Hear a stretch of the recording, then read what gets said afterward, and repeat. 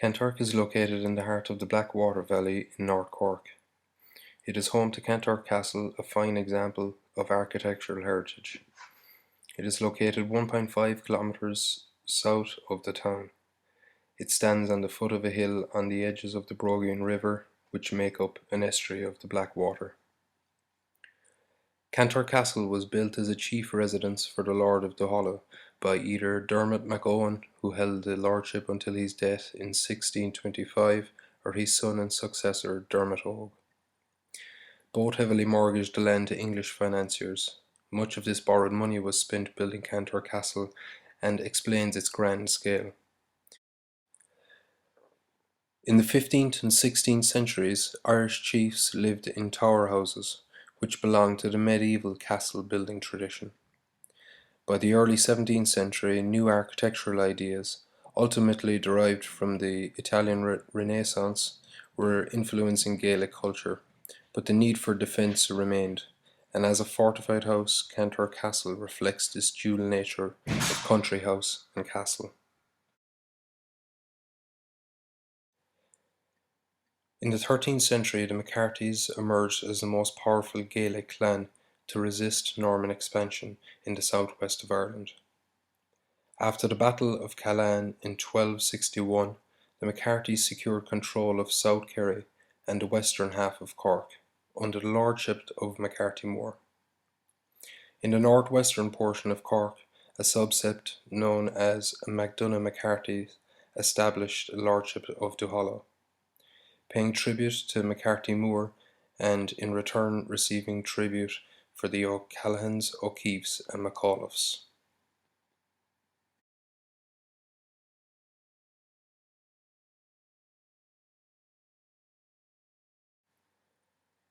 Kanturk Castle combines a number of different architectural styles, making it difficult to pinpoint a specific date for its construction.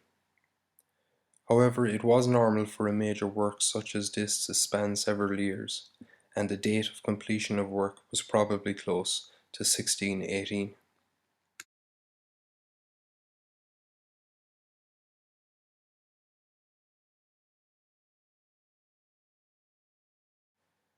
The rectangular, semi-fortified Tudor-style mansion is 4 stories high and 28 metres long by 11 metres wide.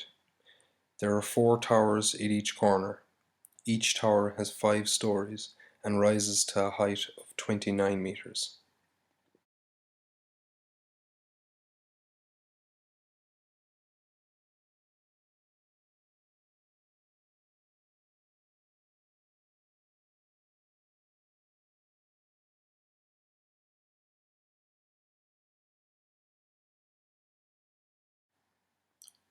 The castle is constructed of rubble limestone from the quarry which lies just north of the castle and on the Brogan River. Limestone from another source, hewn and dressed, was used in the mullioned and transom windows. It was also used in hoods, cornices, and in the corbel stone.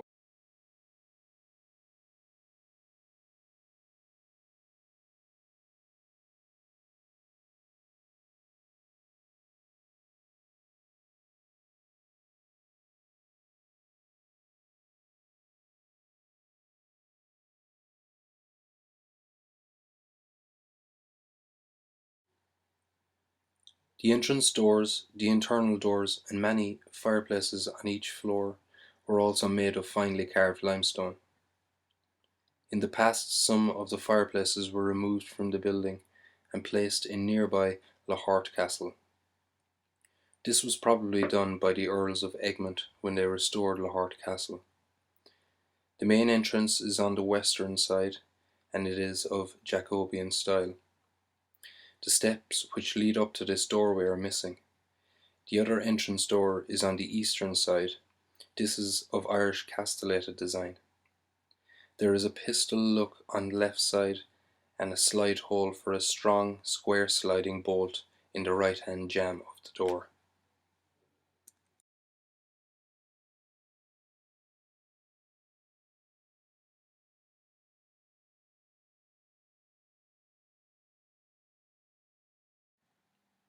Up until 1988, Kentore Castle was the only property owned by the English National Trust in Ireland.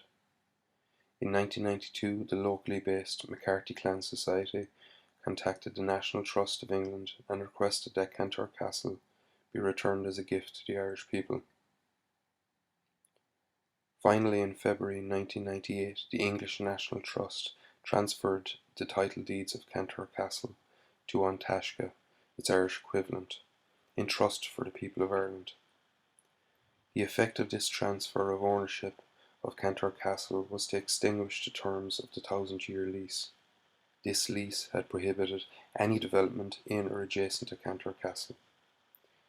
President Mary McAleese attended and accepted freehold of the castle on behalf of the Irish people.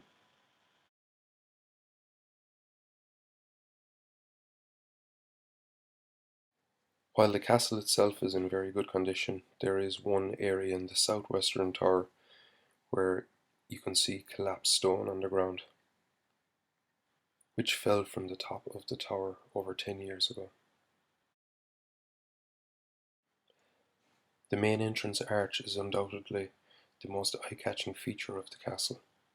It is of Jacobean design with the presence of cylindrical pillars lending it to Italian Renaissance and Greek architectural influence.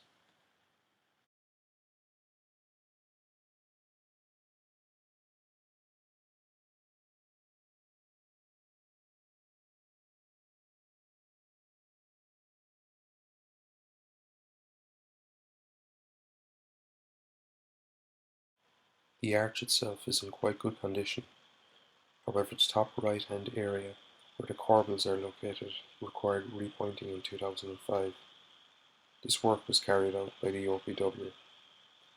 The stone wall located left of the arch in the picture also required repointing, and the third location that needed attention was the stonework foundation at the foot of the arch.